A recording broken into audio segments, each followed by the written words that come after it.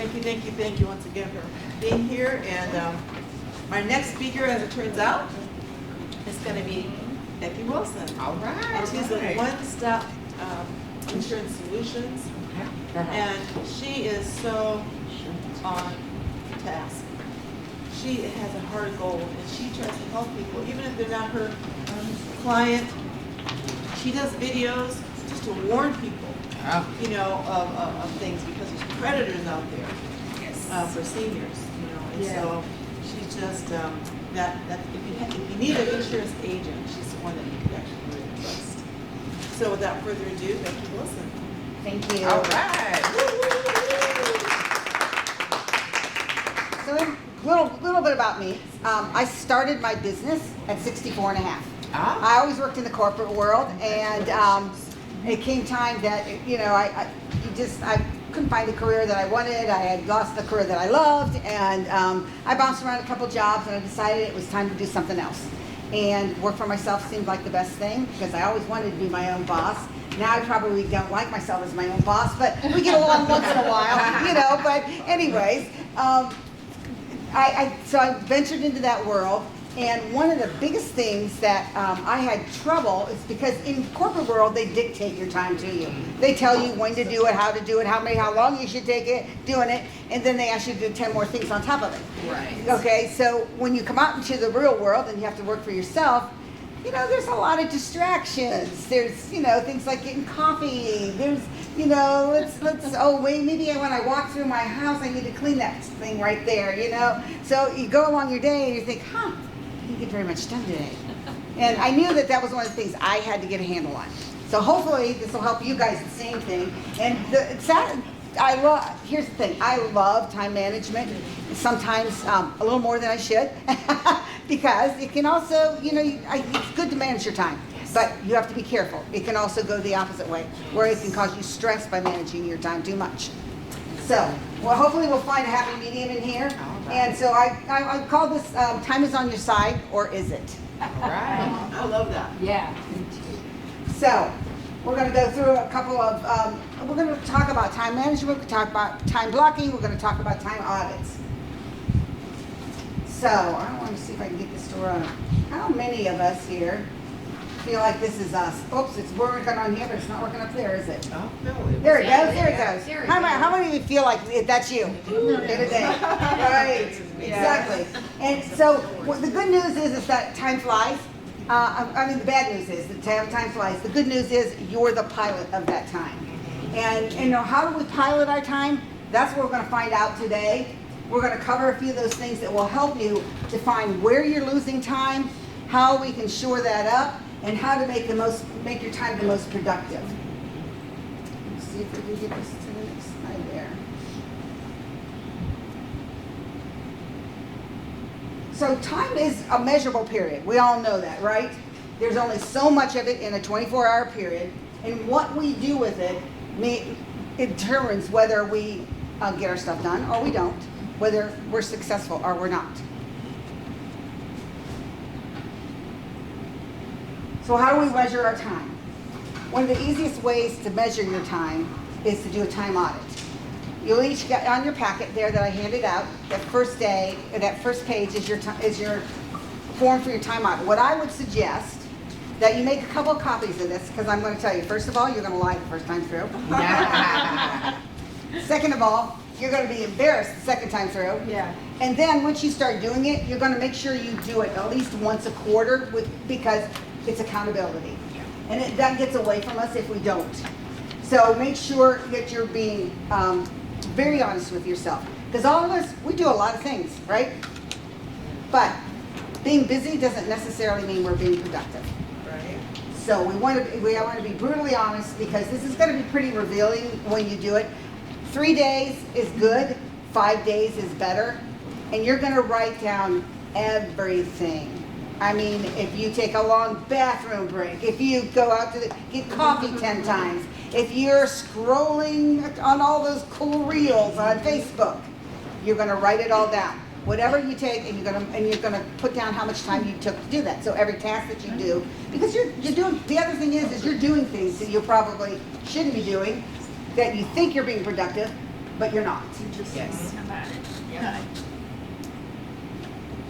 So being busy doesn't necessarily mean you're being productive, like I said.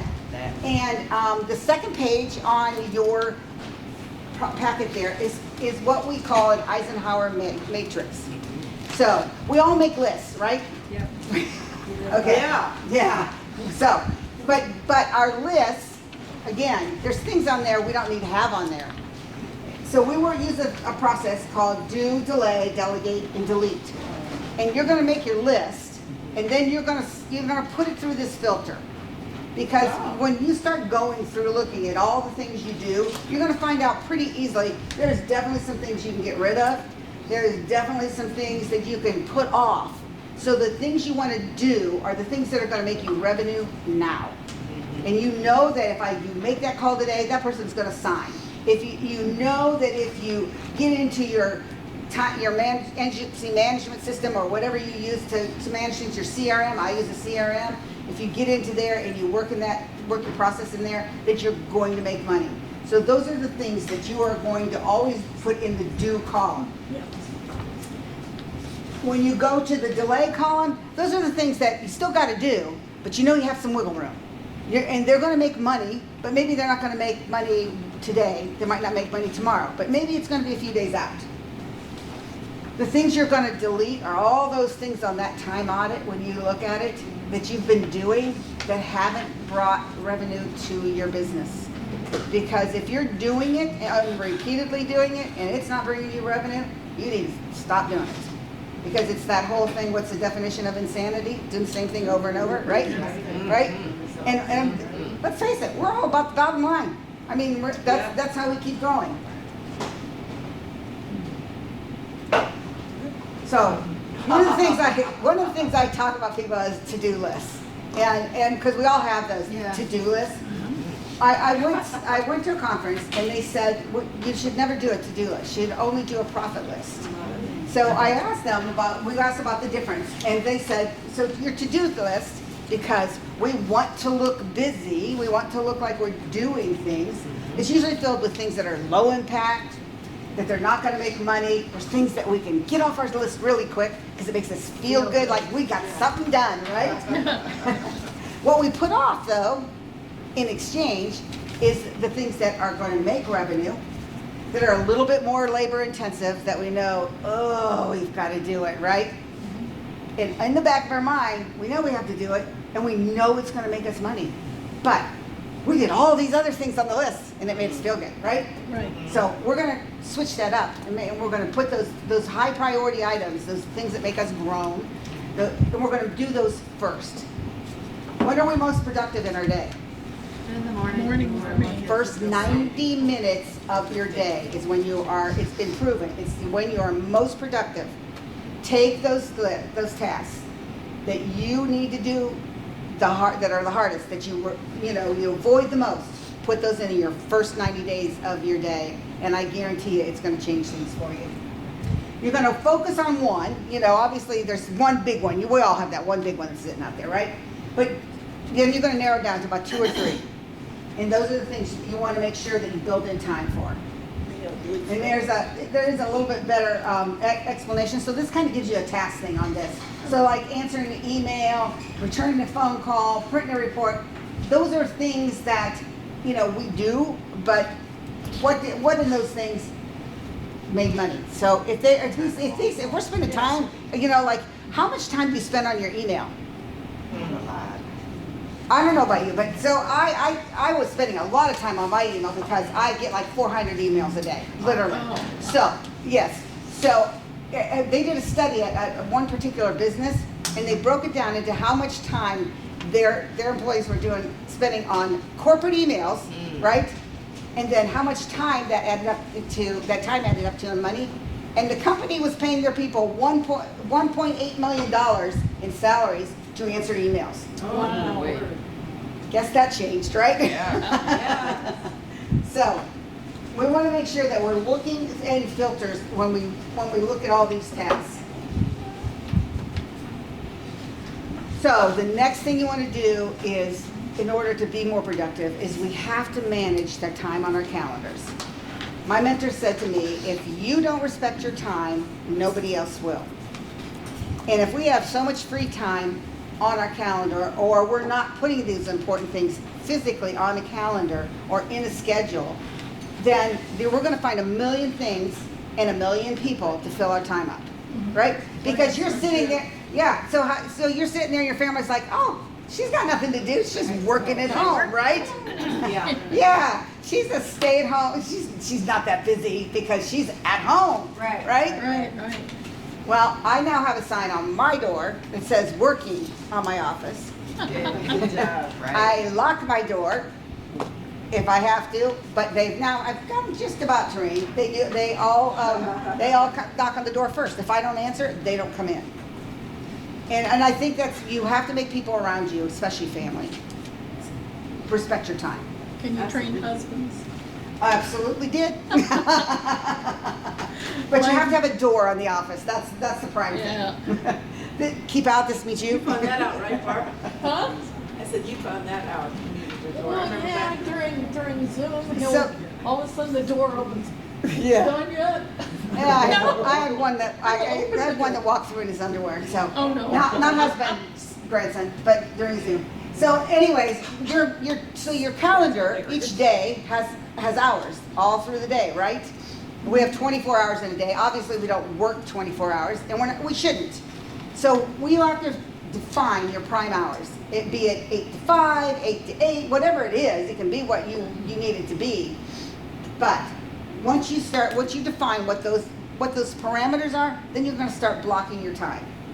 Usually in hours, sometimes in half hours. I will tell you, sometimes the more that you force yourself to break it down into small pieces, it gives you makes your time more valuable, because you know that you only have so much time.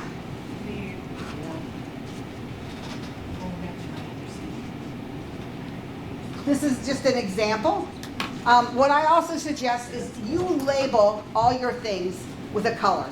So for me, and this right now is not, I'm in AEP time, so this is kind of not indicative typically of my time, because I usually spend quite a bit more. But my first 90 minutes, my CRM is where I'm going to make money for my business. So my first 90 minutes without fail is spent in my CRM, working on it, doing workflows in it, getting ads ready to go out in it, because I know that's where the money's going to come from. Another thing, when you start doing this, it's really hard to stick to it. So you have to develop tools to help you until it becomes a habit. One thing I bought was this. It's a little cube. It's wonderful. It has 30, 60, 15, 20. Oh. So if you find yourself in the middle of the day picking up that phone and getting on Facebook, hit the 15. Do it. If you have a task that's 30 minutes, hit this. The other thing I do is when I go through my day, and a couple of you probably heard my phone going off several times. I have alarms all day long for everything. I have things that I do every week. I have meetings that I have to attend every week. Those things are always on an alarm. I don't care where I am, what I'm doing, they're on an alarm. Use your phone. Use your tools. These are phenomenal. Does that go off? Yes, it does. And where did you find that? Wow. Where do you find Amazon. Amazon, Yeah, okay. Yep. So, What is it called? On you know, it was a time cube, I think is what it's called. A timer cube. Yeah. We've used this too in our family, like kids, like for homework, chores, stuff like that.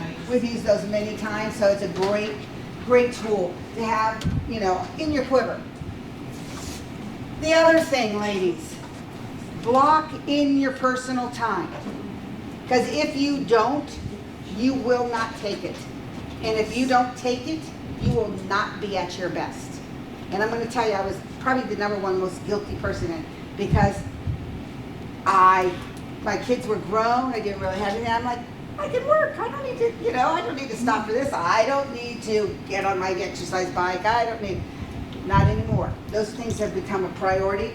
I block in my time, and I will tell you, I don't know if I can shorten that, but my day starts at 5 a.m. every day. Yeah. I read the book, The 5 a.m. Club, and I'm going to tell you, it was amazing, and I truly embraced it.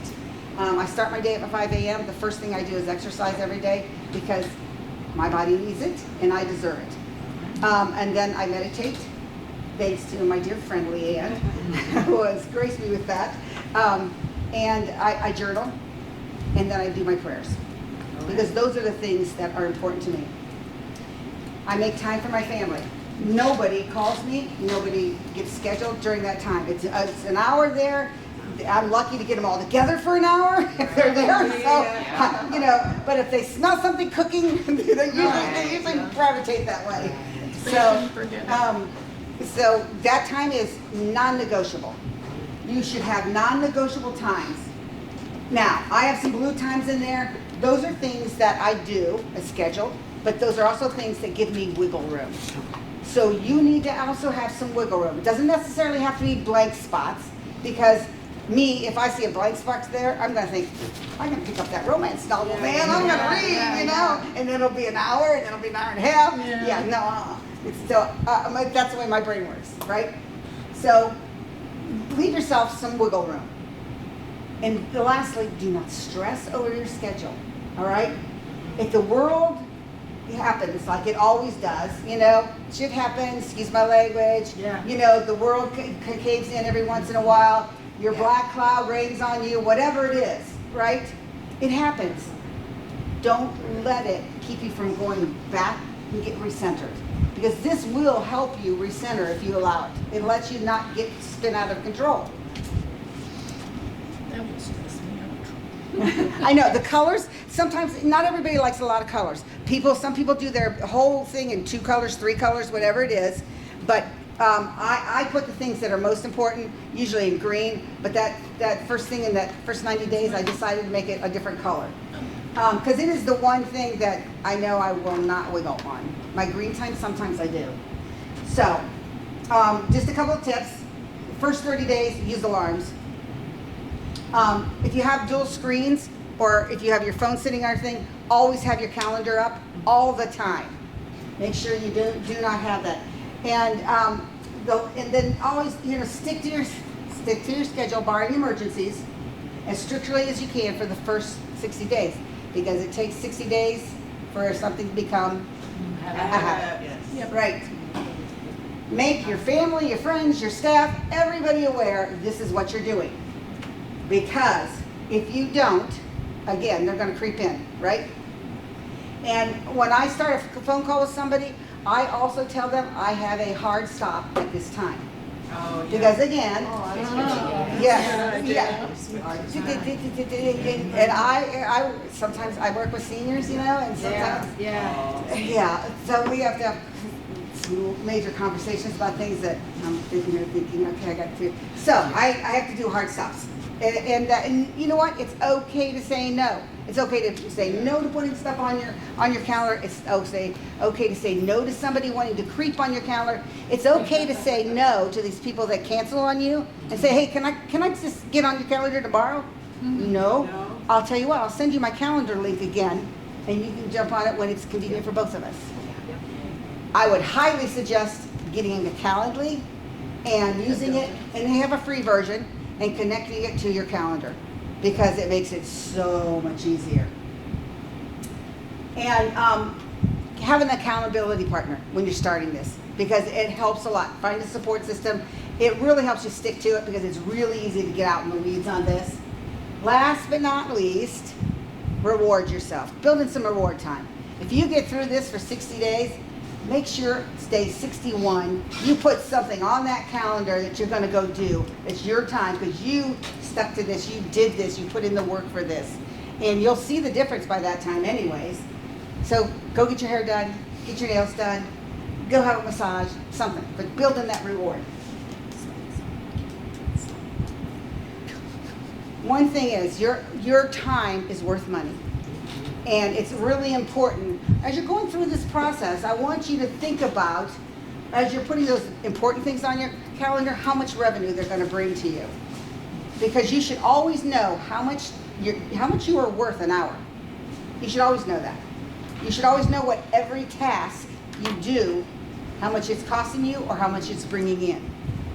Because that's gonna make a difference, and that's gonna be the thing that's gonna keep you focused too.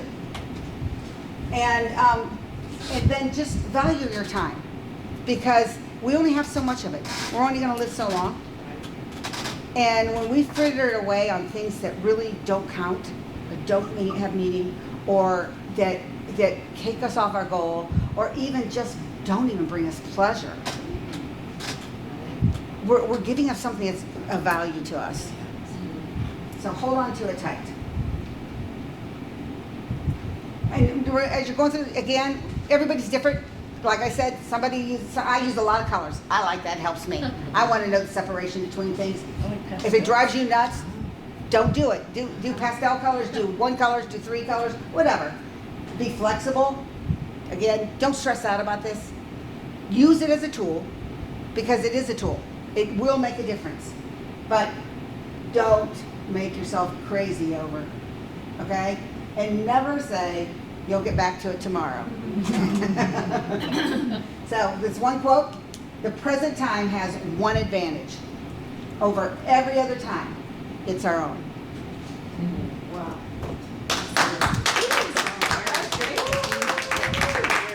Any questions? What time do you settle in if you get up at 5? Yeah. That's what I wanted to know. Me, Yeah, you. somewhere between 10 and midnight. I I am a five. I will tell you, I can only ever sleep 5.5 to 6 hours. It's at most. That's what my body. If I try to sleep 7 hours, I get up. I feel crappy as all get out. Oh, wow. Yeah. So Do you take a break in the middle of the day? I do, because I have this thing on my wrist, and it tells me you've been sitting on your butt too long. Get up and walk around. So I'll go out and do something. Maybe I'll jump on my bike a second time, Oh, or but I'll you just don't nap during the day? no. Oh, well, okay. No, and I don't drink a lot of caffeine either. I have a cup of tea and a cup of coffee, and that's it. But I think part of what makes us tired Yeah. is what we are putting in our body. So I'm very large. I deal with proteins all through the day mostly. I do not eat any carbs hardly at all in the mornings or in the afternoons. I never start my day with anything sugary. I don't do fruits in the morning. Because it spikes your sugars, and then when your sugars plummet, you get tired. That's why you get tired in the middle of the day. So I'm very careful with my diet along with this. I know it doesn't look like it, but honest to God. We believe you. So I think that's what causes some of the crashes that we feel. But yeah, I'm up. I will tell you, if there's a day I get up, I had a day last week where my stomach was a mess and I just didn't feel good. So I'm still up at 5 a.m., but I didn't run out and jump and exercise. I sat down and I took care of my body, and I listened to my body, and I said, okay, it needs me to just be here right now. And I sat down and I read the book and drank some tea. So, but I'm in my office every day at 7 a.m., and that's when I do my first 90 minutes, because that's when I'm at my top of my game. This is the question, but it's a quote kind of based on what you were saying. I thought of this, and I didn't know if I'd find it, because you're talking about how we fritter away with, and instead of doing like the work that's going to matter, maybe do this other kind of work. And it made me think of this quote, and I did find it. It says, the magic you're looking for is in the work you're avoiding. Yep, absolutely. Okay, I'm gonna see if I can get this out of here. Just eject it. It's true. And just FYI, you guys, last night, I had the total panic. I opened my presentation to get it onto the stick, and half of it was gone because my computer did a reset, and for some reason did not save what was in my. So I worked till midnight to finish this up. Can you believe it? Oh, yeah.